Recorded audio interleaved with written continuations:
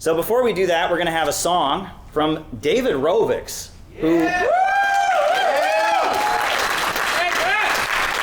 And David Rovics is a legend here in Portland. This guy is the anti-war, the anti-imperialist, the pro-labor, the anti-racist musician. And I've been listening to David Rovics for years, and I never dreamed that David Rovics would be playing at our events. But, you know, a couple years ago we had an event in Kansas, and David Rovics came out, and we've been friends ever since. So I'm honored that you're here. The one time, I think the first time I ever went to Iran, I had only a couple songs that I had in my computer to listen to, and one of them was the song you wrote for John Brown. And I listened to that song over and over and over again on my trip to Iran. And today, I believe, is the, if I'm not mistaken, is the 164th anniversary of the execution of John Brown today. So what a day to have David Rovics performing at the National Convention, the first national convention of the Center for Political Innovation. So go ahead, David. Thank you, Caleb.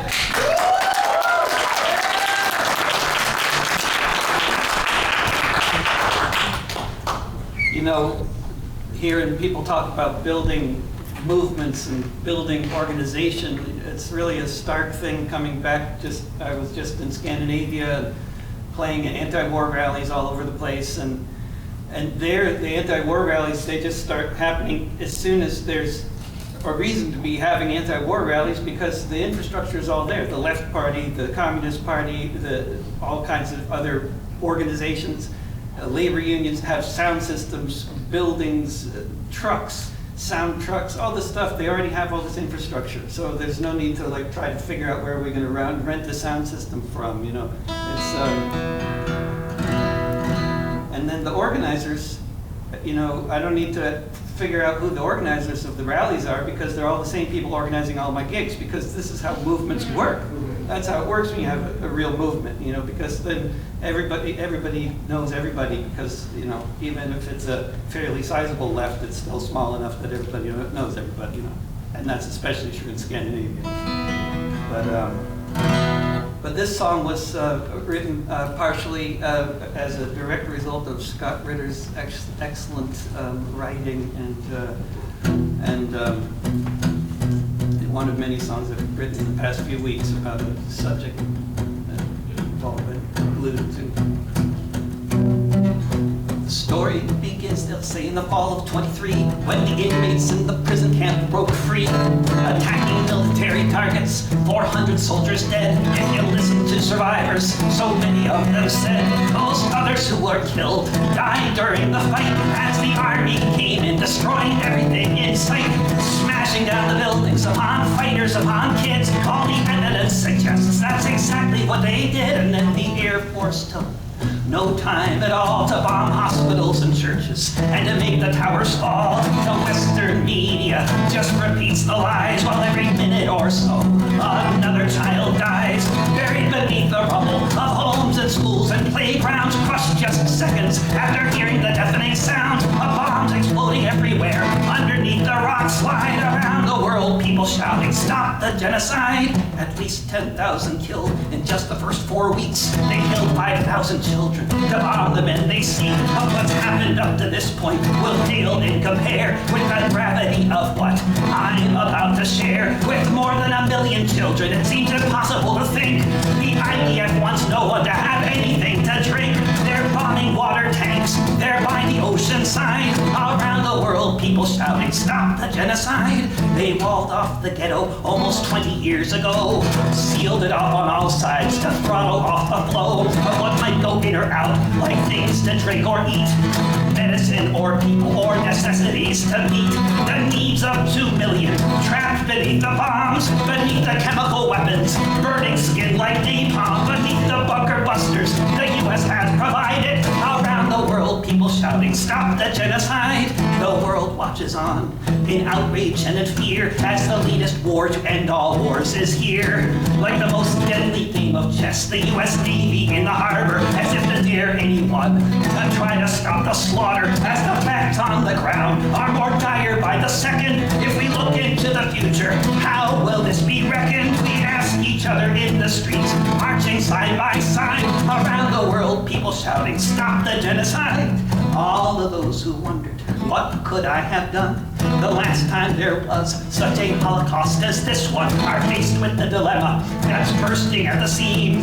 How to stop the madness of this Israeli regime?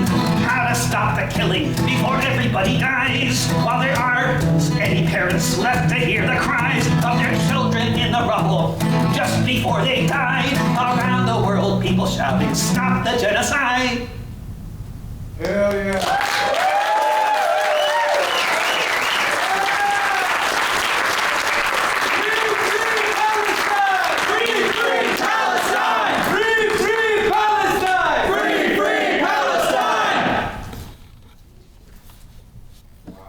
Wow.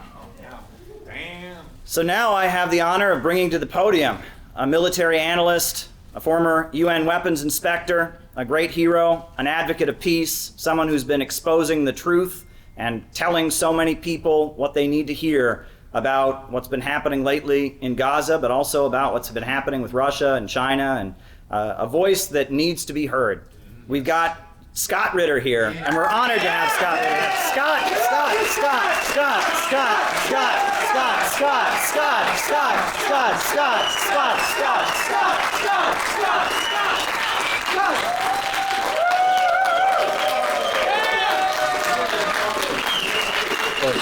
Thank you very much. Say what? Thank you very much for the warm welcome. Wow, that's all I can say about that. And the fact that you used my name in association with that song is touching. I want to thank Jetta for introducing us, Elizabeth, Caleb, all of CPI. I have learned that you are not the Communist Party International.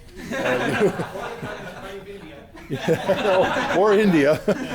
But, again, here I am in a situation where I liken it to once more into the breach. Because we are not alike in terms of our approaches towards society. We come from different backgrounds. Let me just put it that way. And yet here I am, speaking with you again. Why? Because of what you said. Because we are Americans. That's what unites us. That's what brings us together. Now, I'm a little upset with you because you took the theme of my speech. I'm mad as shit. We're not gonna let this shit happen anymore. I thought long and hard about this speech. Now you've blown it, so I've got to make it up as I go along. But that's okay. No, in all seriousness, this is supposed to be about anti-war, an anti-war movement. I am not anti-war. I just want to make that point as loud and clear as I can. I'm not pro-war. I don't support war. I'm against war. But if you want to wage war, there ain't nobody better at it than me. Okay? I know how to wage war. That's why I hate war. I despise war. But if you want to fight, let's fight. And the reason why I bring this up is we are confronted with some problems today. For instance, let's take Russia and Ukraine. It's a war I think we can all agree we want to end. No, we don't want it to end. Because if it ends today, right now, there is no justice. There is no justice for the children of Donbass. There's no justice for the Russians who have been oppressed by the fascist regime in Kiev. No, there needs to be a war. This thing has to be settled. Once you cross the threshold, once you cross the line of departure, then you must close with and destroy the enemy through firepower maneuver. Now, that's difficult for an anti-war movement to understand. But Russia didn't start this war. What we know is that Russia did everything possible to prevent this war. Everything possible. And the reason why I'm yelling is because I'm mad. I'm mad at my country for not allowing the opportunities for peace to manifest themselves. Hundreds of thousands of people would be alive today had we simply taken the hand that was reached out in the cause of peace. But we rejected it. We rejected it. We lied while rejecting it. We claimed to be for peace, but we were never for peace. We were always for war. And so war has come to us. And through war, tragically, this process will be solved. Now, people say, Scott, you're an American. Yes, I am. Damn proud to be an American. You attack my country, I will kill you or die trying. So don't attack America. But when we're talking about Russia and Ukraine, we're not talking about somebody attacking America. We're talking about America facilitating the attack on another country. America manipulating events. America overthrowing a constitutionally elected government in Ukraine. America using an ostensible peace process as a vehicle to arm, train, and equip a military force for the sole purpose of killing Russians. We bragged about it. There's a slide that the U.S. Army put out about the training facilities in Western Ukraine. We train a battalion, they said, every 55 days. A battalion of Ukrainians to NATO standards every 55 days here on the map, and then an arrow so they can go here and kill Russians. Wow. At least we were honest for the first time in our lives, because that's what Minsk was about. The Minsk Accords were supposed to be a ceasefire agreement that could lead to peace. Peace that would have preserved the territorial integrity of Ukraine. Preserved it. Would have given Ukraine security guarantees, but not through NATO, because NATO is not about security. NATO is about the opposite of security. NATO is an extension of imperialist American objectives using a foreign flag as cover. That's all it's about.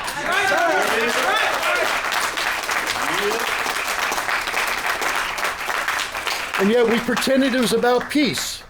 And we allowed Angela Merkel to front for us. We allowed Francois Hollande to front for us.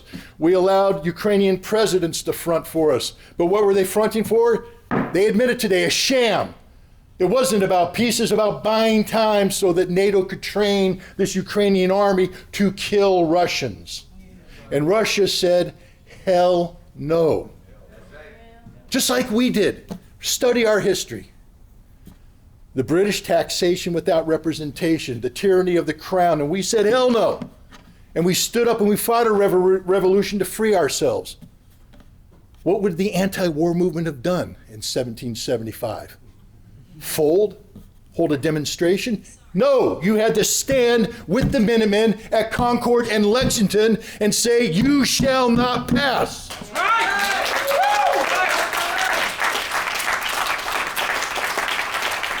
And so the Russians have said the same thing.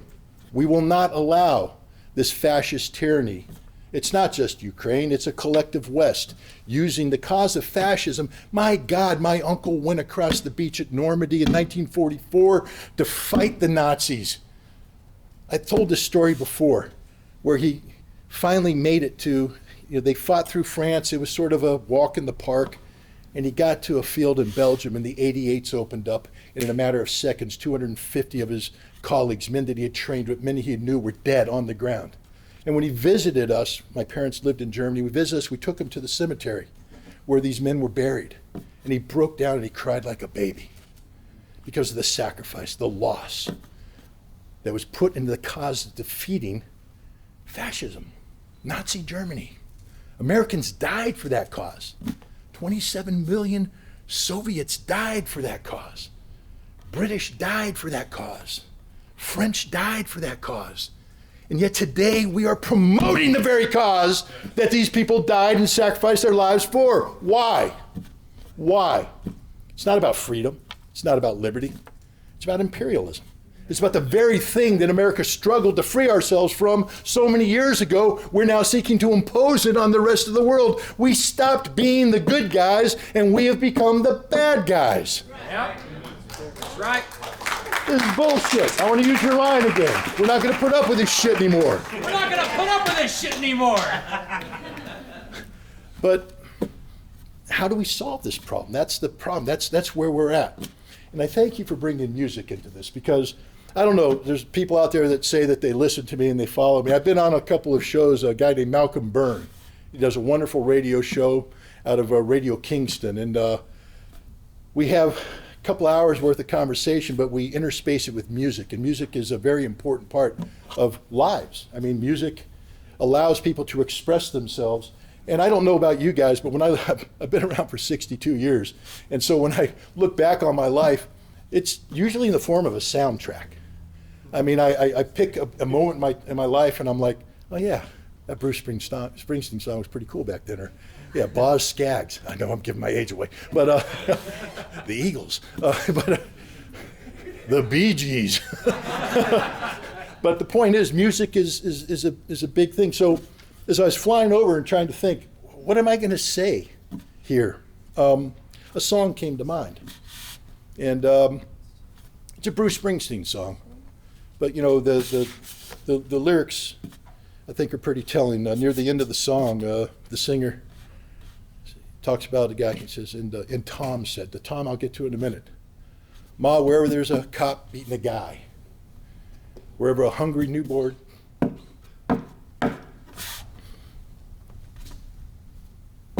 baby cries. I tear up because 5,000 kids getting killed in Gaza right now. And more to die because it's never going to end. Shameful. If you don't cry about that, you're not human. Wherever a hungry newborn baby cries, where there's a fight against the blood and hatred in the air, look at me, Ma, and I'll be there. I'm here with you guys because this is what it's about. This isn't about ideology or this is about people coming together. The song is about Tom Joad, a character in John Steinbeck's wonderful book, The Grapes of Wrath. And the thing about Tom Joad is that there's a transformation that takes place through his telling the story in the Great Depression, where he stops being this self-centered, seize the day kind of guy, and instead he becomes a fighter for the people, a fighter for the cause. And that's what we have to become. The hell with the peace movement. And I don't mean that bad, but we have to be fighters. Okay, we can't be pacifists anymore. It's time to struggle. And I'm not talking about violence. I am not talking about violence. Violence is what the Russians do and the Ukrainians do. That's their fight, not our fight. Yeah. Unfortunately, the United States promoted conflict. Live by the sword, you shall perish by the sword. And those whom we sent to war are now paying the ultimate price. And it is tragic, but once this process of cleansing by fire has started, it can't stop until it's finished. So let the Russians finish the job. Because we know the Russians' intent is pure. They didn't want this war. They didn't ask for this war, but war was thrust upon them. And therefore, through war, they shall finish their job. Our job is to be prepared when the fighting stops. How do we ensure that the sacrifice made in the cause of promoting anti-fascism isn't squandered? That we get the Russians on a path towards peace, not just with the Ukrainians, but with the Europeans, with the Americans. That's our responsibility as Americans, to get the United States positioned so that when the fighting stops, we can ensure that it never happens again. That, ladies and gentlemen, is an anti-war movement. That, ladies and gentlemen, is a peace movement. And I've been struggling for this. I've been struggling this for some time. I've been trying to say, well, what can I do? And my whole thing has been to attack Russophobia, the ignorance that comes from the fear of all things Russian. And you're afraid of that which you don't know, that which you don't understand. And so what I've been trying to do is travel to Russia, get some experiences from Russia, package those experiences, and get it out to the American people. I call the process waging peace as opposed to waging war. I guess in a way that's a anti-war movement, that's a pro-peace movement. So I'm trying to contribute as I can. And I was making progress until October 7th. On October 7th, the world changed yet again. Another war was thrust upon us. And this is a hard one, because as much as we have problems identifying with Russia, in the United States, we don't know how to articulate responsibly about the Israeli-Palestinian conflict. You see, and I'm going to speak some hard truths here. We, America, have been bought out, sold out to this power called Zionism. We're not allowed to say it, you see. The mere fact that I said this, according to the United States Congress, has made me anti-Semitic. And I always tell people that's the last thing in the world I am. I'm not racist. I'm not anti any religion. I'm not anti any people. Zionism is not a religion. It is not a people. It is an ideology of hate, an ideology of intolerance, an ideology that says that one group of people are inherently superior to all others, especially those who populate the land that the Zionists want to occupy themselves. Zionism is an evil, and it's manifested itself today in the form of an Israeli state that defines itself by this very ideology. Now, I have come to this issue late in life. I'm a disarmament guy. I'm a Russia guy. I'm not an Israeli-Palestinian guy. I spent a lot of time in Israel in the 90s working with the Israeli government trying to stop weapons of mass destruction in Iraq, and I learned to love Israel at that time. But the Israel that I fell in love with was the Israel of Yitzhak Rabin, the Israel of a prime minister who recognized that the path Israel was on was incompatible to long-term peace and prosperity, and that there had to be a way of relating with the Palestinians that gave them a state, a two-state solution, something that said, this is yours, this is ours, we will be equals upon this. It wasn't perfect. I know people out there will point to Oslo 1 and Oslo 2 and say it wasn't perfect. No, it wasn't. It's a hell of a lot better than what we got going on right now. At least you had an Israeli prime minister who said, I believe in peace. He didn't just say, I believe in peace. He said, I am willing to die for peace. Imagine that. An Israeli leader who said, I am willing to die for peace. I am willing to die for peace with the Palestinians. He said that the day before he was assassinated on November, I believe, 4th or 5th of 1995. 4th. Who killed him? A Palestinian? A member of Hamas? No. A right-wing Orthodox Jew who took his orders to assassinate from a rabbi who quoted not the Torah but the Talmud and said that Yitzhak Rabin had somehow turned his back on the Jewish faith and therefore he must be killed. And so they killed him. They killed him. And Israel has never been the same because who took over from Yitzhak Rabin was Benjamin Netanyahu. And Benjamin Netanyahu empowered this poisonous ideology to become what Israel is today. Not a nation that's seeking peace, but a nation that only exists for war against the Palestinian people. The Israeli state is an evil state. The Israeli state today is a tyrannical state. It's a state that must be opposed violently because they chose war. It wasn't the Palestinian people that chose war. Israel chose war. Just like it wasn't the Minutemen at Concord and Lexington that said, we choose war. It was thrust upon them by the tyranny of the British Crown. And so when you take a look at October 7th and what happened on October 7th, don't believe that history began that day. It didn't. October 7th was the manifestation of 7+ decades of apartheid-driven hate between the Israelis and the Palestinians that manifested itself violently throughout that time period. Gaza was not a land where Palestinians lived in peace. It was an open-air concentration camp. And if you ask yourself, if you lived in that, if you were an inmate in this concentration camp, a prisoner, what would you do to liberate yourself? What would you do to free yourself? Hold another demonstration? Hold a rally. That'll do it. The Israelis will definitely listen to the rally. No, you do what all people who yearn to be free do. You stand up and you fight for yourselves. You know, Pierce Morgan, you're allowed to boo and hiss at this point in time, has made a reputation lately by having people on his show, and he'll say, but will you condemn Hamas?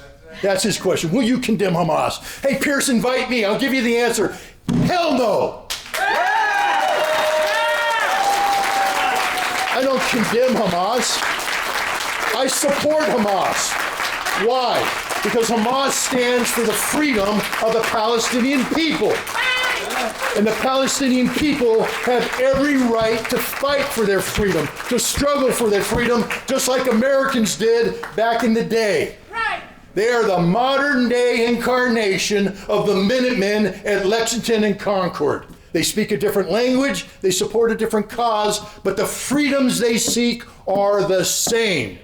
Right. And these are freedoms that can't be granted by a rally or a gathering. They can only be given by those who are willing to sacrifice in that cause. And the Palestinians today are struggling. They are sacrificing for this cause. We as a peace movement, it's not our war. It's not. They have to earn this. And my God, they are earning it. That's right. The sacrifices that they are making, the courage they are showing in the face of insurmountable odds. What is our role here? To support them, yes. But we have to position ourselves so that when the fighting finally ends, and it will end, ladies and gentlemen, and Hamas will not be defeated. When it ends, we are prepared to find a path towards peace. That America stops being the nation that promotes war and starts being the nation that promotes peace. That is the role of an American anti-war movement today. Oh, yeah.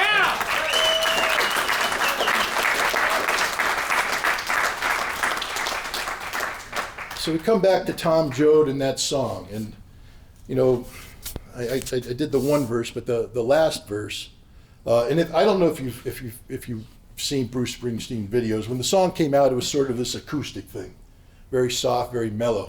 But later on, he reimagined it with Tom Morello of Rage Against the Machine, and it became something different, a different song. So Tom Morello not only plays guitar, but he also sings along with Bruce, and the rawness of his voice is very important. So Tom Morello sings the last verse, and I got to get it in my head because I remembered it 2 verses at a time.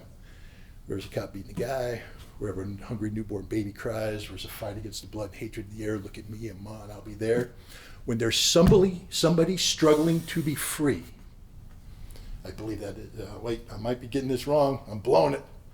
No, that's the final one. For a place to stand, decent job. Yeah, when you're struggling to find a place to stand, for a decent job and a helping hand, when there's somebody struggling to be free, look at me, Ma, and you'll see me. Hey guys, look in the mirror.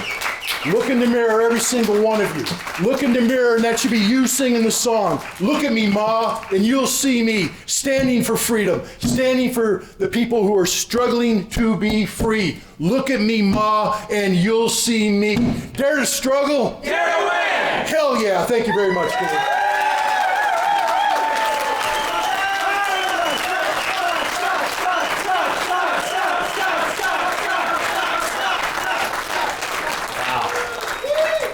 American hero.